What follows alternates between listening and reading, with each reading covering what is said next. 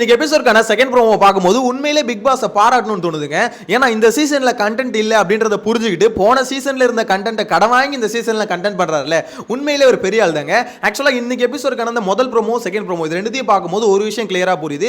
இவங்க எல்லாருக்கும் ஒரு விஷயத்தை புரிய வைக்கணும் அப்படின்ற மாதிரி பிக் பாஸ் டீம் ட்ரை பண்றாங்க. அது என்னன்னா டாஸ்க்கை கொடுத்தா எப்படி விளையாடணும் அப்படின்றத போன சீசனை பார்த்து கத்துக்கோங்கடா அப்படின்ற மாதிரி சொல்றாங்க.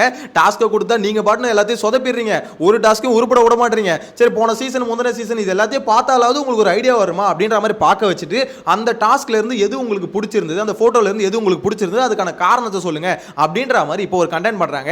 இந்த கண்டென்ட் பண்றதுல விக்ரம் ஒரு கண்டென்ட் பண்றாருல, சோ அவருக்கு ஒரு கிளாரிட்டி கொடுக்கணும். அதுக்காக இந்த வீடியோ யூஸ் பண்ணிக்கிறேன். சேனலை ஃபர்ஸ்ட் டைம் பாத்தீங்கன்னா மறக்காம சப்ஸ்கிரைப் பண்ணிட்டு வீடியோ லைக் பண்ணி வச்சுக்கோங்க. ஆக்சுவலா இதுல வந்து பாத்தீங்கன்னா 3 பேர் எழுந்து வந்து சொல்றாங்க. ஒன்னு பொம்மை டாஸ்க்கை பத்தி பாத்தீங்கன்னா இவங்க அரோரா சொல்றாங்க. நெக்ஸ்ட் விக்கல் சீக்கிரம் பாத்தீங்கன்னா ஏஞ்சல்ஸ் வர்சஸ் டெவில் இதை பத்தி பேசுறாரு.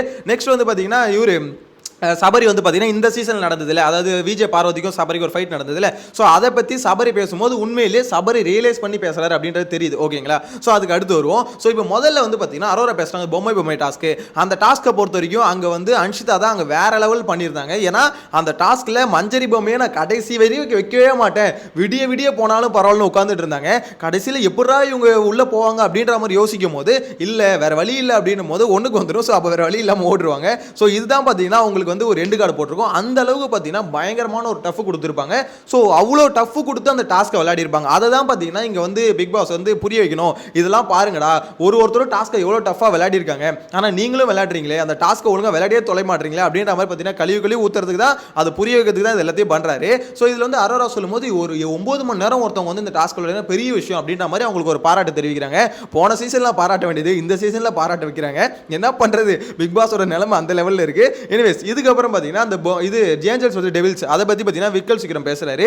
ஆக்சுவலாக விக்கல் சீக்கிரம் என்ன சொல்றாரு, அதாவது கெட்டவங்களுக்கு இந்த மாதிரி கெட்டது நினைக்கிறவங்க வந்து அதிகமாக இருக்கும்போது அவங்க வந்து ஏஞ்சல்ஸ் அடிப்பாங்கன்னு பார்த்தா டெவில்ஸ்குள்ளேயே அடிச்சுக்கிட்டாங்க. ஸோ இதுதான் கெட்டது என்றைக்குமே பார்த்தீங்கன்னா ரொம்ப நாள் கூட்டா நிலைக்காது அப்படின்ற மாதிரி ஏதோ ஒரு தத்துவத்தை வந்து சொல்ல வராரு.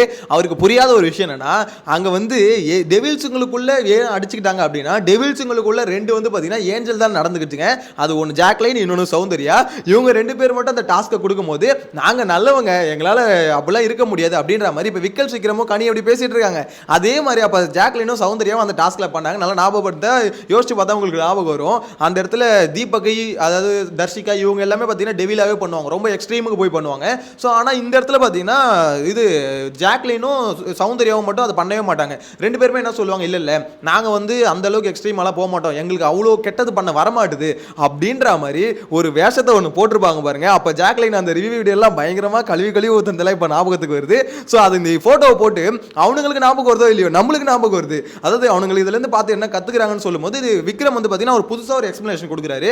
ஆக்சுவலா அங்க எதுக்கு அந்த கலவரம் டெவில்ஸ்குள்ள வந்திருக்குன்னா, ஜாக்லின் சௌந்தர்யா நாங்க வந்து டெவிலா இருக்க மாட்டோம், டெவில் வேஷம் போட்டுப்போம், ஆனா நல்லவங்களா தான் இருப்போம், நீங்க இந்த மாதிரி பண்றதை பார்க்கும்போது எங்களுக்கு ரொம்ப கஷ்டமா இருக்குன்னு ஜாக்லின் ஒரு பக்கம் அழுவ, தர்ஷிகா ஒரு பக்கம் பாத்தீங்கன்னா அவங்க பாட்டுன்னு பயங்கரமா டெவில் வந்து பண்ணிட்டு இருப்பாங்க.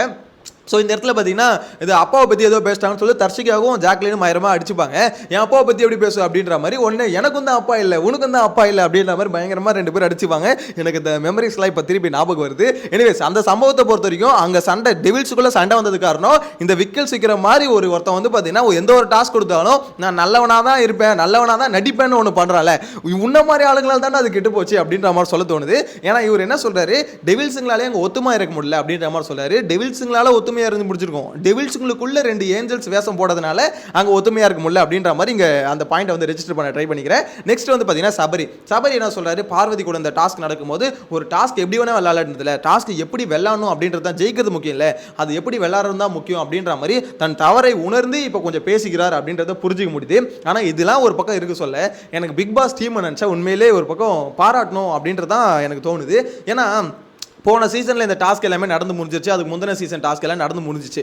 இதெல்லாம் ஒரு சீசனோட அடுத்த சீசனுக்கு இது வரைக்கும் நம்ம கொண்டு வந்து பார்த்துருக்கவே மாட்டோம். ஆனால் இந்த சீசனில் என்ன பண்ணுறதுன்னு தெரியாமல் ஹோட்டல் டாஸ்க் வச்சா எக்ஸ் கண்டஸ்டன்ட் எல்லாரையும் பார்த்தீங்கன்னா கூட்டு வராங்க, வேற வழி இல்லை ஏதாவது கொஞ்சம் ஒப்பேற்றணும் அப்படின்ற மாதிரி. சரி ஓகே, இந்த மாதிரி இந்த ஸ்கூல் டாஸ்க் வச்சா எக்ஸ் கண்டஸ்டன்ட் என்னென்ன பண்ணாங்க அதை பற்றி பேசுங்க அப்படின்ற மாதிரி சொல்கிறாங்க.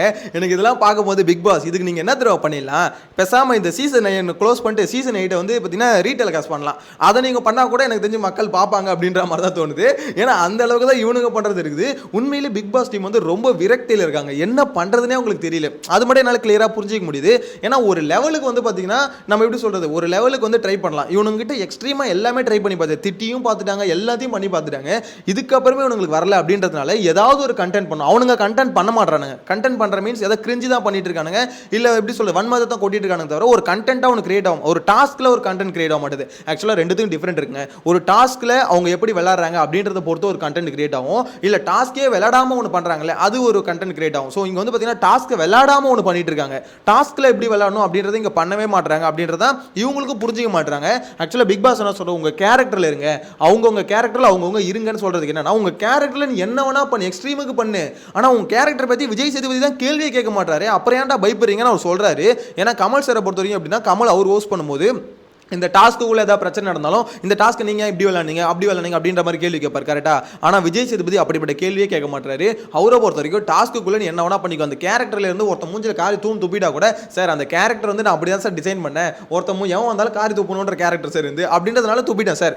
இதுதான் விஜய் சேதுபதி பொறுத்த வரைக்கும் அவர் சொன்னா ஒத்துப்பாரு. ஓ அப்படியா, ஓகே அந்த கேரக்டர் அப்படிதானா அப்படின்ற மாதிரி பார்த்தீங்கன்னா ஒத்துட்டு போயிடுவாரு. இப்போ விஷயம் என்னன்னா, கமல் சார் மாதிரி நோண்டி நோண்டி கேட்க போறது இல்லை. ஸோ அப்போ நீங்க வந்து தாராளமா பண்ணலாம், இவ்வளோ ஃப்ரீடம் இருக்கு, சூப்பரா பார்த்தீங்கன்னா நீங்க பண்ணிருக்கலாம். ஆனா ஏன் பண்ண மாட்டீங்க அப்படின்ற மாதிரி தான் பிக் பாஸ் வந்து கெஞ்சிராரு, கதறாரு, அழுறாரு, எல்லாத்தையும் பண்ணி பார்த்துட்டாரு. கடைசியில் நானும் ஒரு கண்டஸ்டாண்டாவே இறங்கி வந்து எல்லாத்தையும் கைட் பண்றேன்டா அப்படின்ற மாதிரியும் பண்ணிட்டாரு. அப்பயும் உங்களால அந்த டாஸ்க் வந்து இன்ட்ரெஸ்டிங்கா கொண்டு போக முடியல.